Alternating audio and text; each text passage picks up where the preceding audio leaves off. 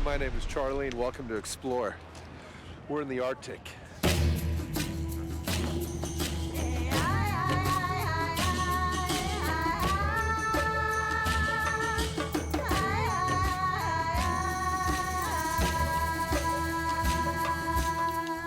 The indigenous people of much of the Arctic are the Inuit, a people who live by and in harmony with the land and sea of this frozen paradise.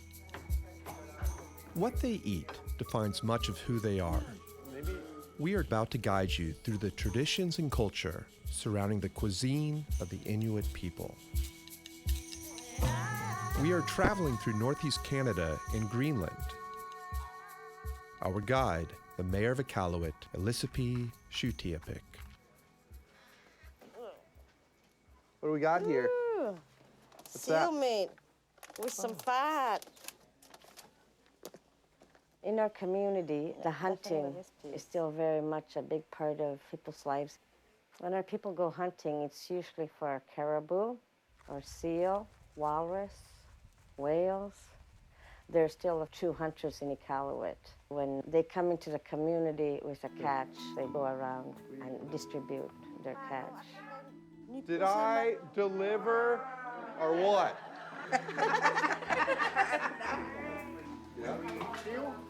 We have special way of cutting it. We have special way of preparing it. And all different part of the seal is for them, for women's part, men's part.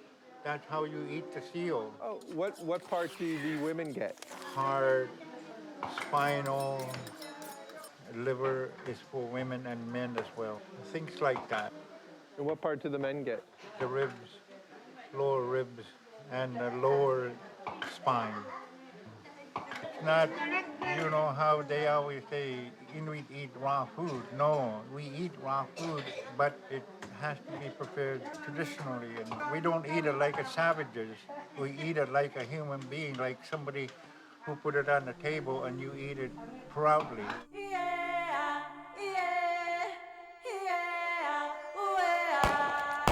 When you were in my father's role, that you did not need to earn income, but your income was to survive with country food.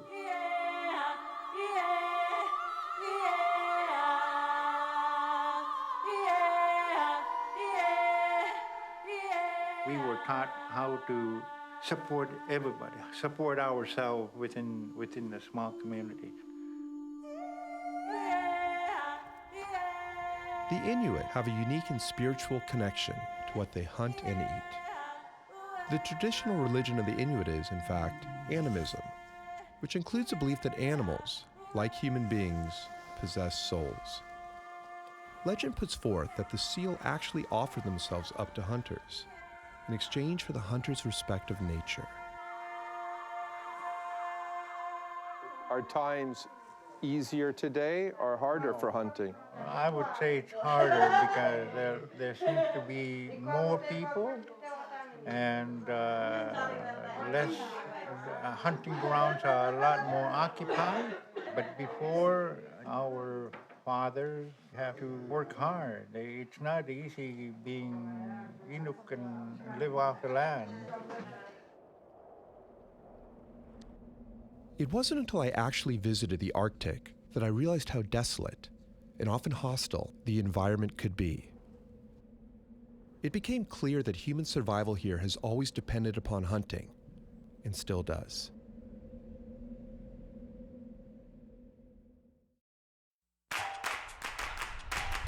The mayor and I visited the meat market in Qimaavik, Greenland. It was very different from the local butcher shop back home.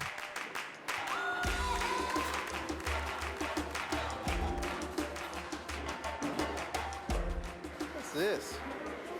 Little dolphin. We have made eating so impersonal. If I had to kill a caribou, I'd probably just be a vegetarian. We buy meat so neatly packaged in the market. It's so attractive. But the environment is the Inuit supermarket. What's that over there? Deer seal. Around the bathroom.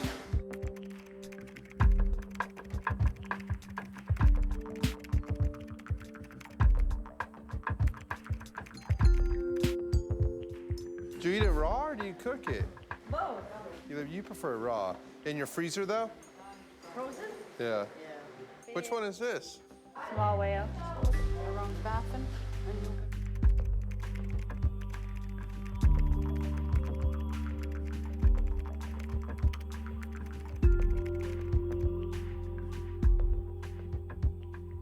Looks good.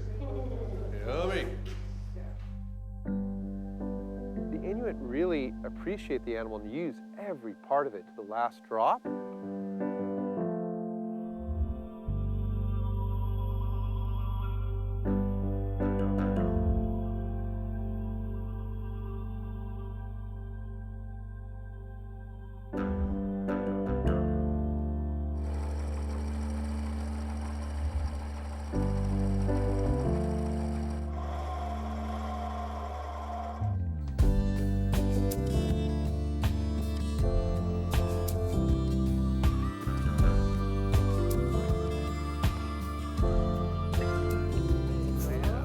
Madam Mayor, may I take your order, please?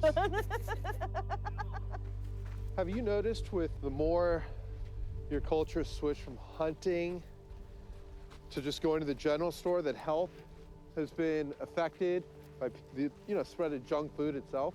Oh, very much so, I'd say. We're not as strong. There's more obesity. And we had very healthy people back in the day when all they ate was country food. No sugar, no additives. Feeding a family from just market food is also practically impossible for most Inuit families. The current lack of deep-sea docks in this part of the world means there are no mass food imports, so the cost of store-bought food is incredibly high.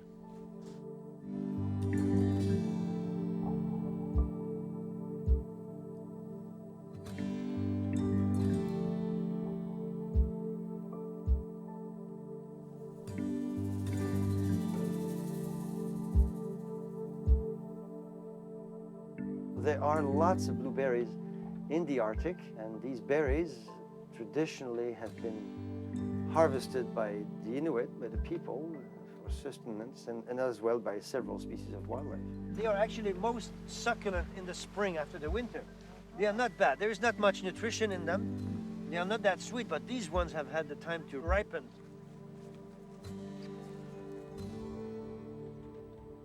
This is built this year.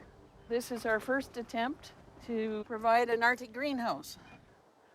Grocery store prices for food are extremely expensive, so this was an attempt to see if we could develop a greenhouse for the Arctic. This is actually an advice by NASA that told us how to grow tomatoes upside down. And it's all solar heat. There's no artificial heat at all. What have you found grows well? The tomatoes have done exceedingly well. The zucchini's done well. The peas are doing quite well. Can you farm in the permafrost? No. The active layer of soil in some places is only inches deep. Underneath, it's frozen. Farming is never something that people could do. However, it is possible in parts of the Arctic to farm, but not here.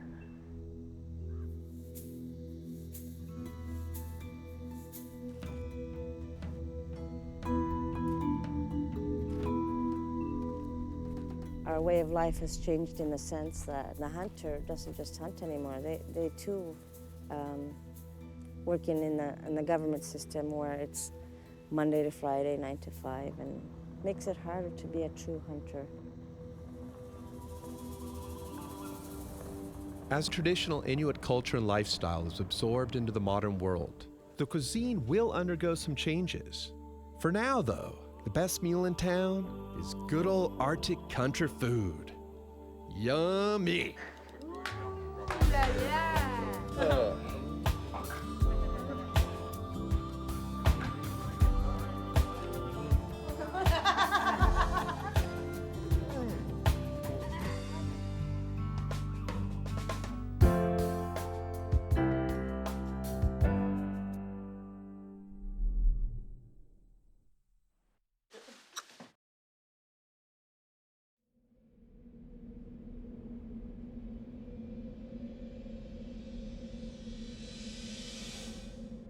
Here's a word I know. Nanook. Nanook. Nanook. Polar bear, right? Nanook. Nanook. Nanook. Nanook. Caribou, Caribou. tuk tuk, tuk tuk. Tuk tuk. Yeah. Seal, You want me to learn seal now? nutchuk, Nachuk. Nachuk. nutchuk. Nachuk. Seal, Nachuk. nutchuk. Nachuk. How do you say whale in Inuktitut? What? Whale. No, phew, whale. Kilalawak. That was Mugtuk. Kilalawak. Kalalawak. Kilalawak. Kalalalawak. Dude. Kalalalawak. Ki, Ki. la, La. lu, Lu. gak. Guk. Kilalawak. Galalaluak. No, no, la, la, la, la, no, no, no, la, la. Kilalawak. Okay, let's do it again. Ka. Ki, K. ki, Ki. la, La. lu, Lu. Lo. Ki. Ki. La. lu. Lu. La. Ugh. No. Oh! Oh, we gotta do it again?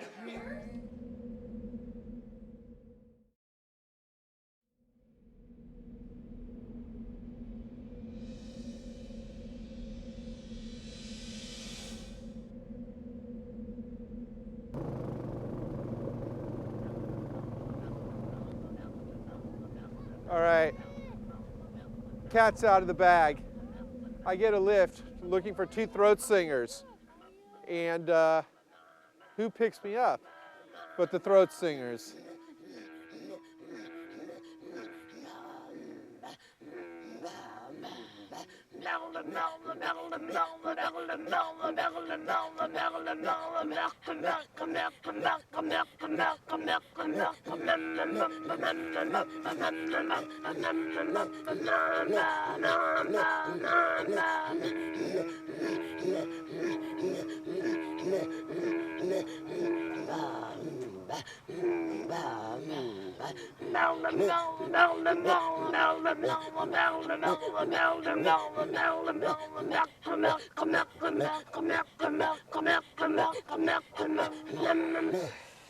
Oh, it's great.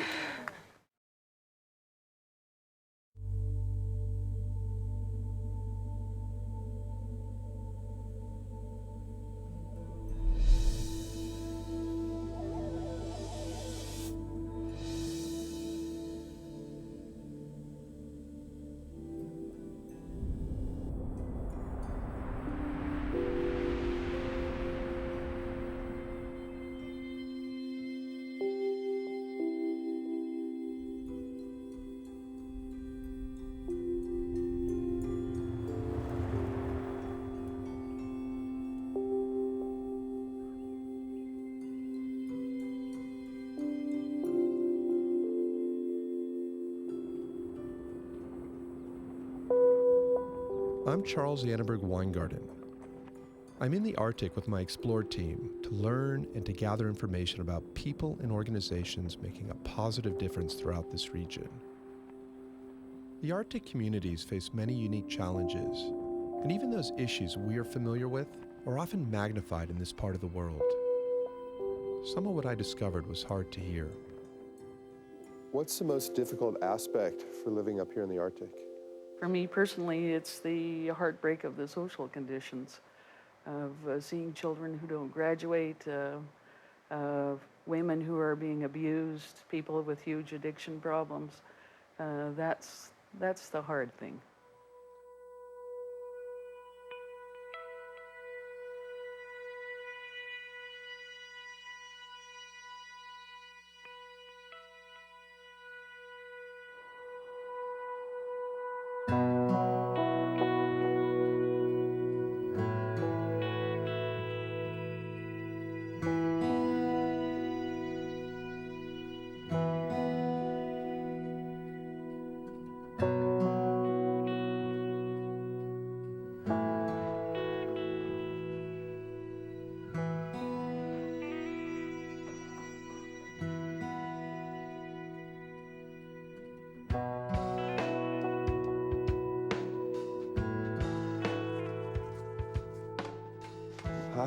Nice to meet you. We home at least 300 to 400 women a year. This is the only shelter in Nunavut that operates 365 days a year, 7 days a week, 24 hours. What is the name of the organization? Qimaavik, it's an Inuktitut name, and it's called A Place to Run To. It's to home the women and children that are fleeing violence, either from their partners or from their family members. In Iqaluit, the capital of the recently established Nunavut territory, I met with scholars and scientists who spoke of the issues facing this area, issues that can manifest in domestic abuse. Urbanization occurs everywhere in the world. Though it's only 6,500 people, it's still an Arctic urban environment. Iqaluit is where the government is, Iqaluit where there is some private industry, Iqaluit is where things are happening, and so the best and brightest, the most educated come from some of those communities to take jobs here in our community. So you have those folks who don't have an education here, who aren't getting the jobs, so you have that kind of conflict going on. And so it's like everywhere where there's urbanization. It's difficult for people to get housing here. There's a limited amount of public housing here, and there are long lists of people trying to get into this public housing. So where do they go? They move in with relatives, and before long there are problems resulting from too many people in a house. That's probably one of the areas that really needs attention here. There's a huge impact when it comes to overcrowding. Social problems. Usually families are overcrowded, sometimes 2 to 3 generations live in a home. For me, the biggest challenge is bringing the spirit up. I think there was a high expectation when we became a territory. The common folk thought they were going to really benefit, and they haven't. Trying to build up the self-esteem, confidence. And in Iqaluit, for instance, a lot of them are feeling kind of left out because they don't have the education. What is the relationship of drugs and alcohol with domestic violence? 70% of abuse is related to alcohol and drugs.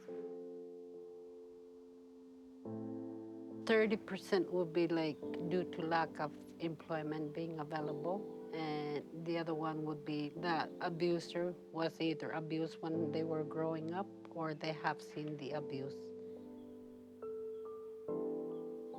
It is a cycle.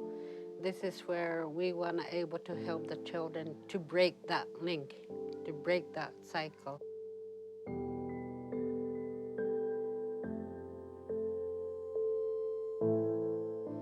Some of these women that come here don't have self-esteem anymore. They don't know where to begin anymore. It's not just physical anymore, it's emotional.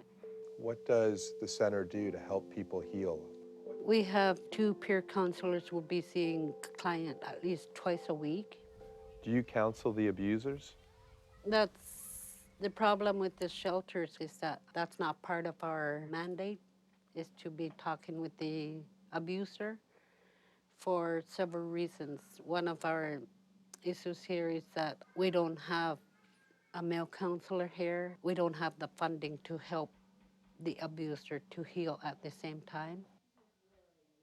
I think if they make the healing a mandatory thing, I think the men would seek more help.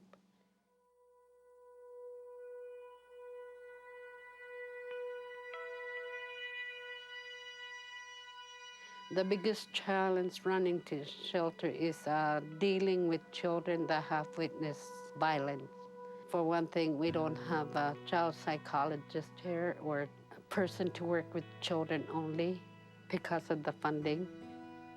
How does this center receive its funding? We get our contribution from the government of Nunavut, from Department of Health and Social Services, but it's a very limited contribution we get from them. And a lot of stuff that we need to purchase, we have to do some fundraising or depend on donations we receive. A lot of this stuff that we have in here is donated. My dream for this center is to help all these women to get their self-esteem back and to able to seek employment, to able to talk their partners to seek help for themselves too.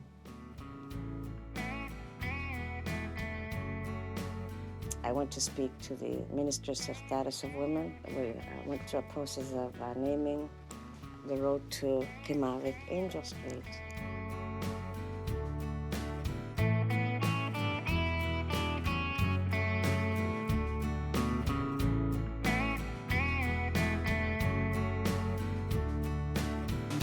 Broken down on Angel Street, he pushed you down, made you unseen, Irene. High heels on a gravel road, Irene. I've seen several women move ahead with their life. Some have gotten job as social worker. They go to their education. Some has gone through nursing program, and some had say, okay, I'm a strong person. I'm gonna go and live on myself and find myself a job. Us women suffer the same thing, regardless of who we are. Oh, Irene. High heels on a gravel road. My lovely Irene. Irene.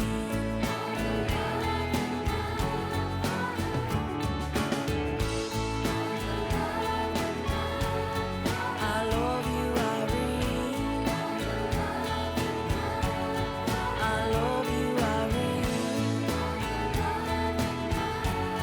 I love you, Irene. Irene.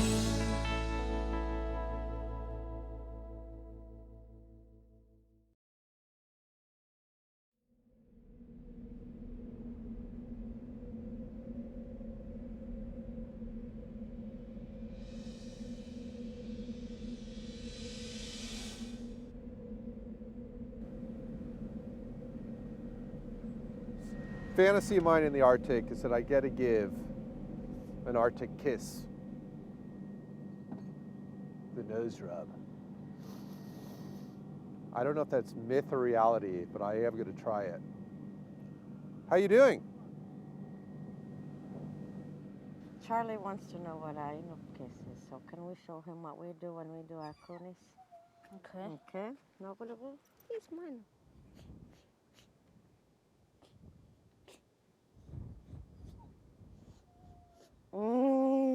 My little suction cups at work. Explain what we just did. We're sniffing each other, in a way. It's not this, you know, on TV you see like rubbing nose to nose. It's not, this is like the real, like Show me some the women real really deal. go.